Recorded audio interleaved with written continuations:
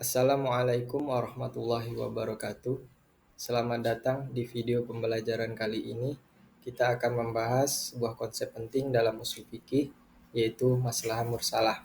Mari kita simak dengan seksama. Dalam Islam, penetapan hukum tidak hanya berdasarkan dalil-dalil tekstual, tetapi juga mempertimbangkan kemaslahatan atau manfaat bagi umat. Salah satu bentuk kemaslahatan itu adalah maslahah mursalah. Tapi, apakah semua kemaslahatan bisa dijadikan dasar hukum? Tentu tidak. Yuk kita bahas syarat-syaratnya. Maslahah mursalah adalah kemaslahatan yang tidak disebutkan secara eksplisit dalam nas, namun tidak bertentangan dengan syariat dan sangat penting untuk dijadikan dasar hukum. Contohnya, pengumpulan Al-Quran menjadi satu mushaf pasca wafatnya Nabi. Tidak ada nas khusus, tapi sahabat sepakat karena pentingnya menjaga kemaslahatan umat. Menurut kalian, apakah boleh membuat aturan baru yang tidak disebut dalam Al-Quran dan hadis, asal bermanfaat? Jawab di kolom komentar ya.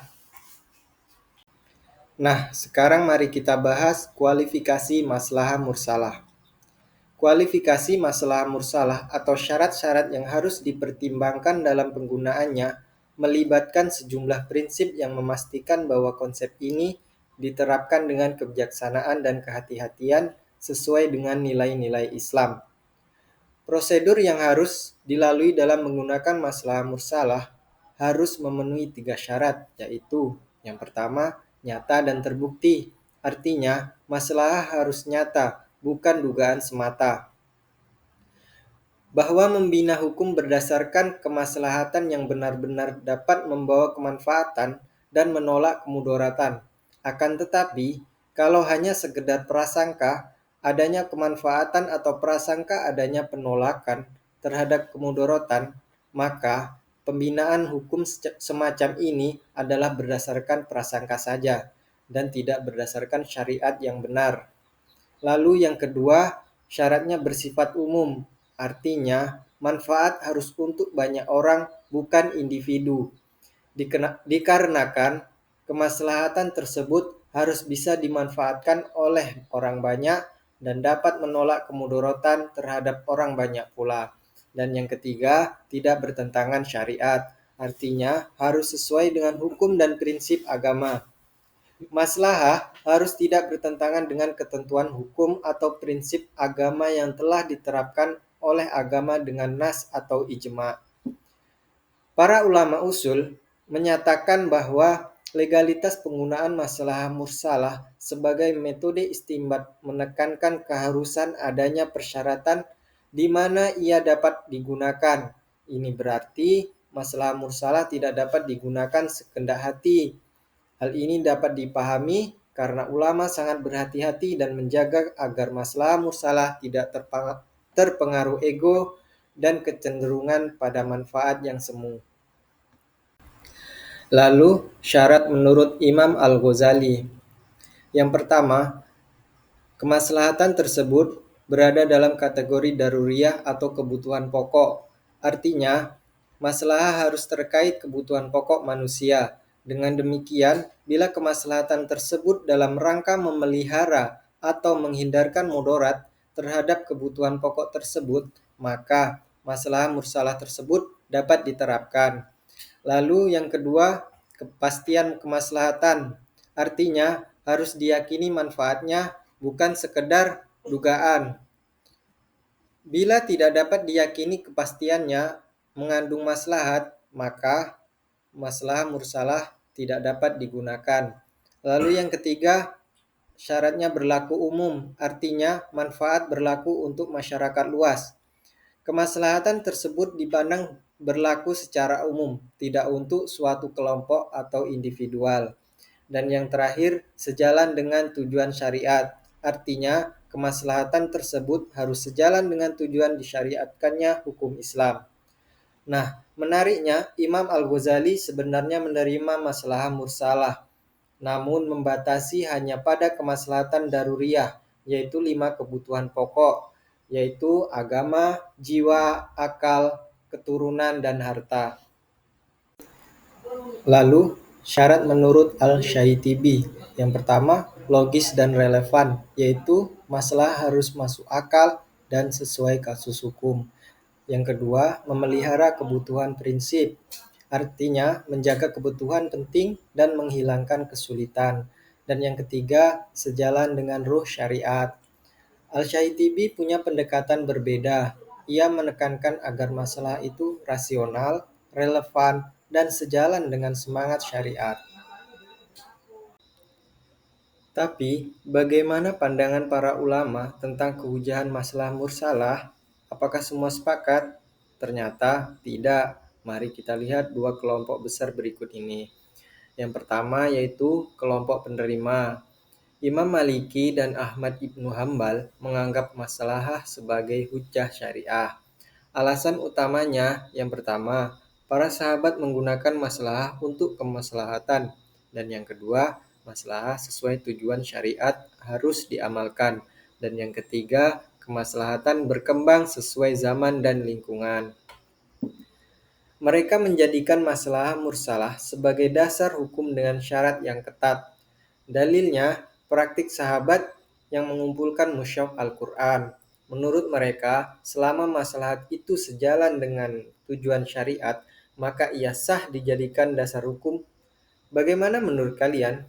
Apakah praktik sahabat bisa dijadikan dalil penggunaan maslahah?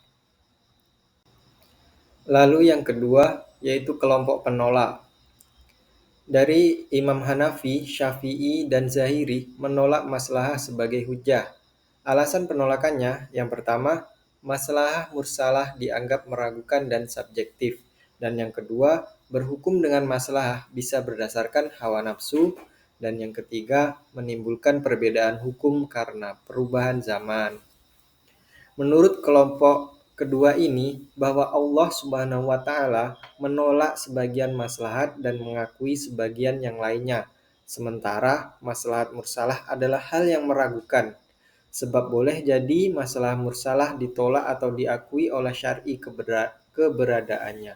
Oleh karena itu, masalah mursalah tidak mungkin dan tidak dapat digunakan sebagai alasan dalam pembinaan hukum. Menurut kelompok ini, tidak semua maslahat bisa diterima karena khawatir hanya berdasarkan akal dan hawa nafsu. Mereka khawatir hukum Islam menjadi berubah-ubah mengikuti zaman tanpa kendali dari nas. Dari perbedaan pendapat antara kelompok yang menerima maslahat mursalah sebagai hujjah syariah dengan kelompok yang menolaknya, serta alasan mereka masing-masing, ternyata akar perbedaannya terletak pada sisi pandangan mereka masing-masing tentang masalah mursalah itu sendiri. Kelompok pertama, yang diwakili oleh Imam Malik dan pengikutnya, serta Imam Ahmad ibnu Hambal, berpendapat bahwa maslahah mursalah yang mereka maksudkan adalah kemaslahatan yang berpijak pada syarat-syarat yang dibenarkan oleh syara', bukan berdasarkan hawa nafsu atau menyimpang dari kebenaran seperti pandangan kelompok kedua. Jika kelompok kedua yang diwakili oleh mazhab Hanafi, Syafi'i, dan mazhab Zahiri berpendapat bahwa maslahah mursalah merupakan kemaslahatan yang diragukan dan tidak dapat dijadikan hujjah, maka menurut kelompok pertama tidak benar. Menurut kelompok pertama, maslahah mursalah berpijak pada pencaharian keserasian dan sejalan dengan tujuan syariat. Bagi kelompok pertama, kemaslahatan di samping itu, apa yang disebutkan oleh nas juga mencakup seluruh kemaslahatan yang dikehendaki oleh syari' untuk dipelihara dengan memperhatikan keserasiannya untuk mewujudkan kemaslahatan itu. Meskipun tidak ada nas yang menjelaskannya, tetapi ia sejalan dengan tujuan syariat. Kemaslahatan seperti inilah yang disebut dengan maslahah mursalah. Sebaliknya, kelompok kedua menjelaskan semua kemaslahatan sudah dijelaskan oleh nas baik yang diterima maupun yang ditolak. Jika berusaha mencari kemaslahatan selain ketentuan nas, mazhab Zahiri misalnya menyebutkan bahwa maslahat yang mereka terima adalah maslahat yang disebutkan dengan nas secara jelas dan mereka menolak jika tidak ditunjukkan oleh nas. Nah, intisari dan kesimpulannya yaitu Yang pertama, kualifikasi ketat, artinya masalah harus nyata, umum, dan sesuai syariat. Dan yang kedua, kedudukan beragam, artinya ulama berbeda pendapat tapi sepakat jika sesuai syariat. Dan yang ketiga, pentingnya kemaslahatan, artinya hukum Islam bertujuan menjaga kemaslahatan umat. Eh, dari perbedaan pendapat di atas, bisa disimpulkan bahwa meskipun ada yang menolak, sebenarnya semua ulama sepakat bahwa maslahah mursalah bisa diterima jika yang pertama memenuhi syarat, artinya maslahatnya nyata, umum, dan tidak bertentangan dengan nas. Dan yang kedua, tidak boleh didasarkan pada hawa nafsu, tapi harus sejalan dengan maqasid syariah atau tujuan disyariatkannya hukum Islam. Nah, apakah kalian bisa menyebutkan satu contoh kebijakan modern yang termasuk masalah mursalah? Misalnya peraturan lalu lintas, vaksinasi. Tulis pendapatmu di kolom komentar ya. Nah, demikian pembahasan kita hari ini tentang masalah mursalah. Semoga kalian memahami bahwa Islam adalah agama yang memperhatikan maslahat umat, namun tetap berdasarkan syariat. Jangan lupa untuk like, subscribe, dan share video ini agar bermanfaat untuk lebih banyak orang. Sekian video ini, semoga bermanfaat. Wassalamualaikum warahmatullahi wabarakatuh.